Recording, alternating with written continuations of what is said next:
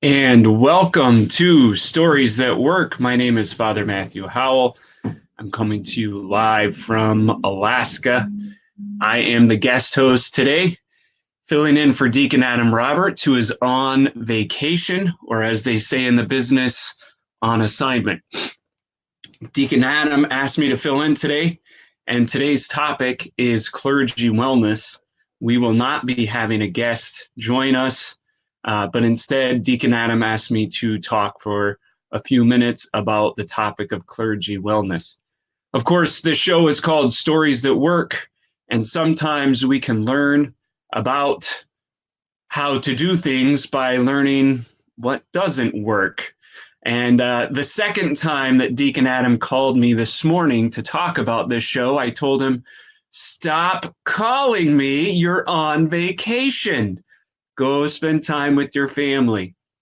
So, step number one to clergy wellness, to being taking care of yourself if you're a clergyman, is to enter into your vacation and your time off and to try to stop worrying about work. Now, part of the problem is most people who enter the field of professional clergy, that would be priests and deacons who are full time, um, they are workaholics. They care a lot. They're very sensitive, and so they want to make sure that things go well. So sometimes it is hard to let go. But I have a few things here that I want to talk about. Also, on the missionsandevangelism.com page, there is a resource under preaching for clergy wellness. I'll put the link here in the chat box. And it's a topic that it gets talked about a lot, but very few clergymen actually take it seriously until it's too late. So I know many priests who have reached the level of burnout or suffered from depression, or have left the priesthood because they just couldn't handle it anymore. What I'm going to talk about are some tips for both clergy to help prevent burnout to themselves or to their family, and also tips for parishioners about how to take care of your clergy so that they last longer, so that they can take care of you better. So, first, tips for clergy. It's really important that clergy and priests take 24 hours off every week. It's not always possible, but it is important if you can make it happen. I know one clergyman who back in July told me that he hadn't had a day off since the 1st of January. And that kind of behavior is really risky. It affects the health, it affects the family, it affects the parish. So it's good to have a day off. During that day off, it's good to turn the phone off. It's good to put it on do not disturb mode. And it's good to do some things that you enjoy doing. Have some hobbies that you enjoy participating in. Get some exercise. Just be around the house, so to speak, if that's what it takes to help you relax. But do something other than just grinding every single day in the church office. Also, on that same vein, it's important to take a vacation. As I said, Deacon Adam is on vacation, but he kept calling me about this show, and I told him to knock it off. A couple years ago, I took a vacation and got a weather report that in Alaska there's going to be a big storm, and I called our Christian ed supervisor and said, "Hey, you should really consider canceling Christian education this week because of the weather." And she said, "Why are you calling me? We can handle this. We can take care of it. Go back to your vacation." That really helped me relax and not worry about things back on the home front. In the Antiochian Archdiocese, in our clergy manual, it actually says that the parish is supposed to pay for the priest's vacation every year. That normally doesn't happen, but it is important for a priest to take a vacation every year with his family. Speaking of family, it's important for a priest to spend time with his family. And if he schedules things every single night of the week, he's going to miss out on family time. We've heard too many stories about priests that worked hard and sacrificed for the good of the parish and ended up losing their families. And there's really a false dichotomy that's created. People say, well, the parish should come first and the family should come second, but it's not an either or proposition. Uh, Bishop Basil of Wichita, he likes to remind clergy that they were married before they were ordained, and that order is important. So there are seasons for everything. There's a time when the needs of the church will demand that the priest give up a few nights with his family. And then there are times where the church can give up a few nights with the priest so he can be with his family. So the priest needs to watch his schedule, and he really does need to try to have 4 or 5 meals with his family a week, if possible. Also, the priest needs to try to sleep. This is very difficult. Many priests deal with anxiety because they're sensitive, and sleeping can be a difficult thing when your mind is racing, when you're worried about this or that or so and so's problems. But a priest needs to try to find ways to sleep, and there are plenty of good tips out on the internet for how to do that.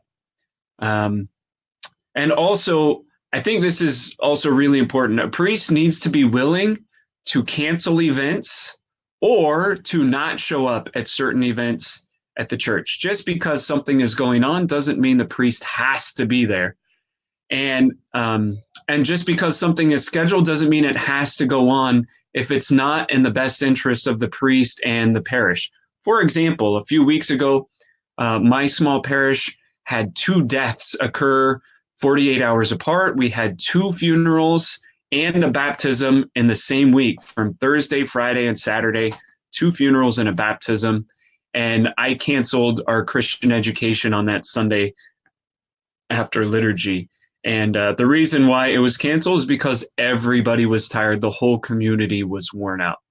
That's okay. Christian ed can come back again another week.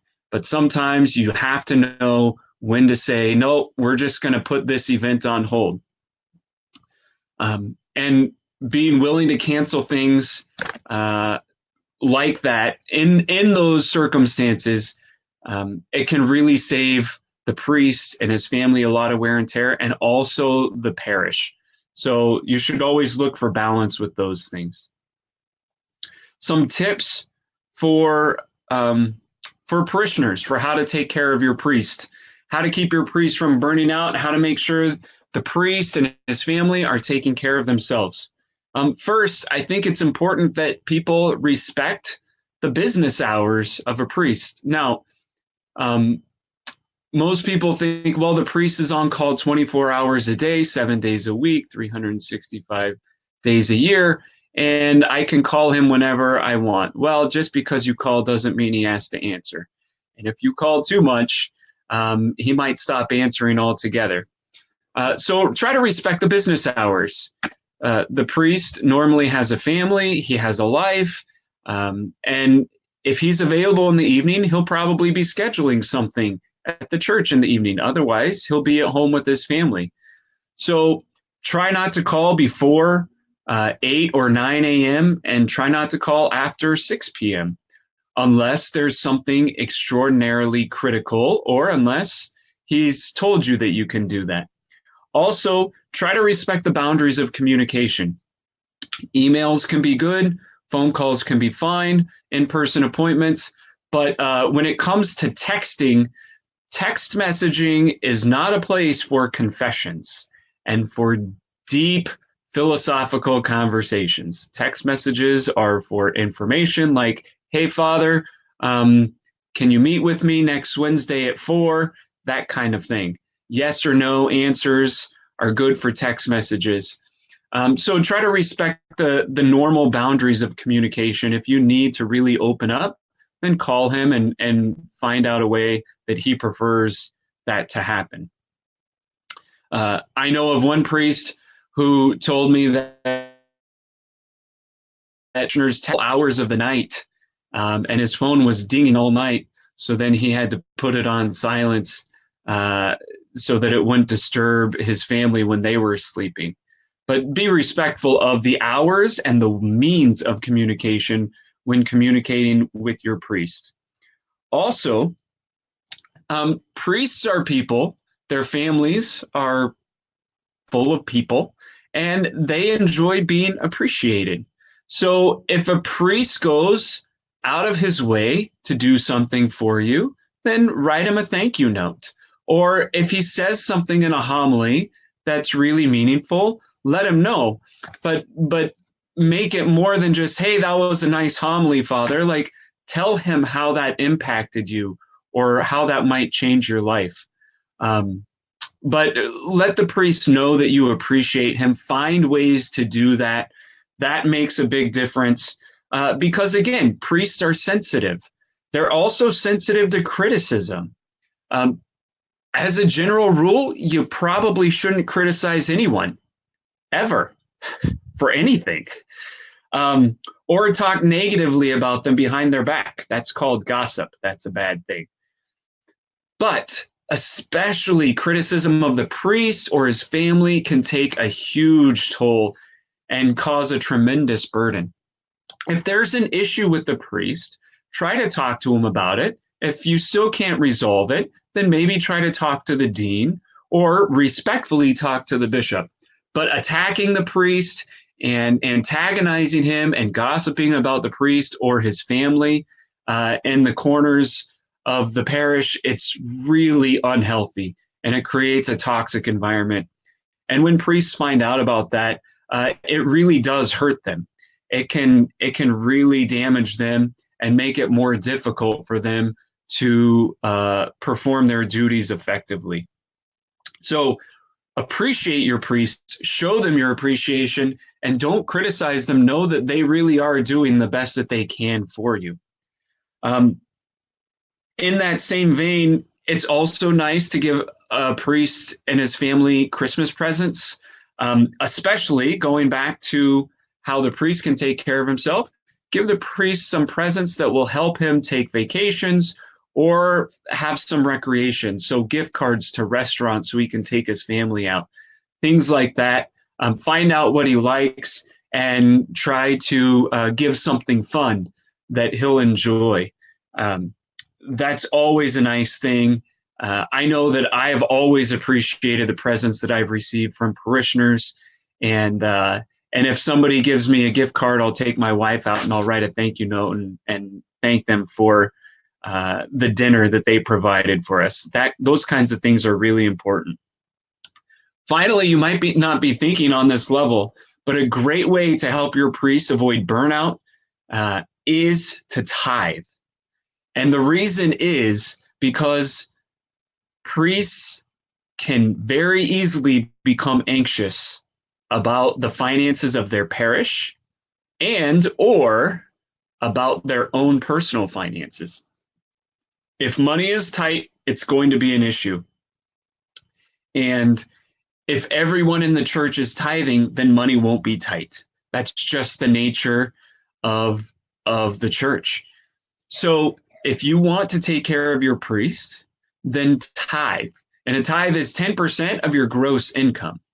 So when you tithe, you're showing your priest that you appreciate him. You're showing God that you appreciate all the gifts that you've given him. And you're telling your parish community and your bishop that it's really important for me to have a priest in my life, a full-time priest in my life available to me and serving our church. So when you're tithing, you're taking care of everything that we've talked about on this list. The other thing is the more parishioners tithe, the more parishioners that do tithe, the less likely you are to have a bivocational priest. Now, I am a bivocational priest, which means that I have a job outside of my parish that I get paid for and that I have obligations and responsibilities for. It's a very difficult thing, and it can be very exhausting sometimes. So for parishes that have a bivocational priest, if you want him to last longer, then increase the stewardship. And if the priest can work full time at the parish, then he'll have more time for recreation and for retreats and for teachings and all those things that refresh and inspire him. So the priest can be very anxious about many things. Money is a very easy thing to be anxious about, and money in the parish or personal finances. When a priest has kids and one of the kids has braces and another kid has a broken arm, and there are dental bills and health insurance bills, and then they have to, replace plumbing or something like that, it can all add up very quickly. And typically the priest isn't working in a business where he can just work extra hours and get paid more or get a bigger bonus. So it's important for a parish to have good stewardship and to try to take care of the priest and his family as best as they can financially, not just so that the priest can live a luxurious life. That's not the point. A good number is so that the priest doesn't have to worry about his expenses, but doesn't have too much to become too attached. So normally the median income of the area is a good target to shoot for. If you're a parish council member out there watching this and you want to know how much should I be paying my priest, call your bishop, call the dean, but just a ballpark figure is the median income of the area or more. So those are some tips on clergy wellness. There is a link in this chat box on missions and evangelism on clergy wellness. Finally, the last thing I'd like to say, and this is a message to the clergy, if you feel yourself getting depressed or burning out or feeling exhausted, get help and get help right away. In the Antiochian Archdiocese, the Archdiocese will pay for 8 free counseling sessions with a professional counselor. And I know a priest who last winter was really struggling with burnout, was severely depressed, and finally listened to his wife and went to a counselor and received the help that he needed. And so use the resources that are available. Again, it's free, and the information to find those resources are on the Missions and Evangelism website at the link I just put up there. It's also in the clergy manual. Reach out to your bishop, reach out to your dean, reach out to your friends, let them know that you're struggling. And most importantly, if you feel yourself on that slope where you think things are slipping, where you're losing control, where you're on the edge of burning out, listen to your wife, because chances are she's going to know before you. Your family and friends will know before you. They will see the warning signs that you won't see. Most priests are workaholics and they think they just have to grind through, but that's not always the best thing when you're on the verge of depression or burnout.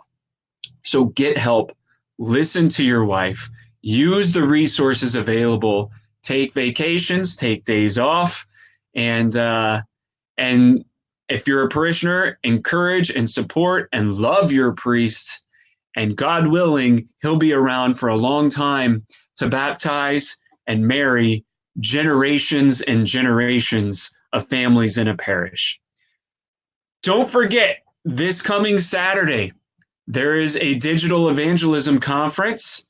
Go to orthodoxevangelism.com, check out the Antiochian Missions and Evangelism Facebook page where you're watching this broadcast for more information. The Digital Evangelism Conference is the only way we can get Deacon Adam to sit still for 4 hours. But the content is good. The speakers lined up are excellent, and I think you're really going to enjoy it. So tune in. That's this Saturday from 12 to 4 Eastern Time. This is Father Matthew Howell signing off for Stories That Work. Deacon Adam will be back next week. Have a great day.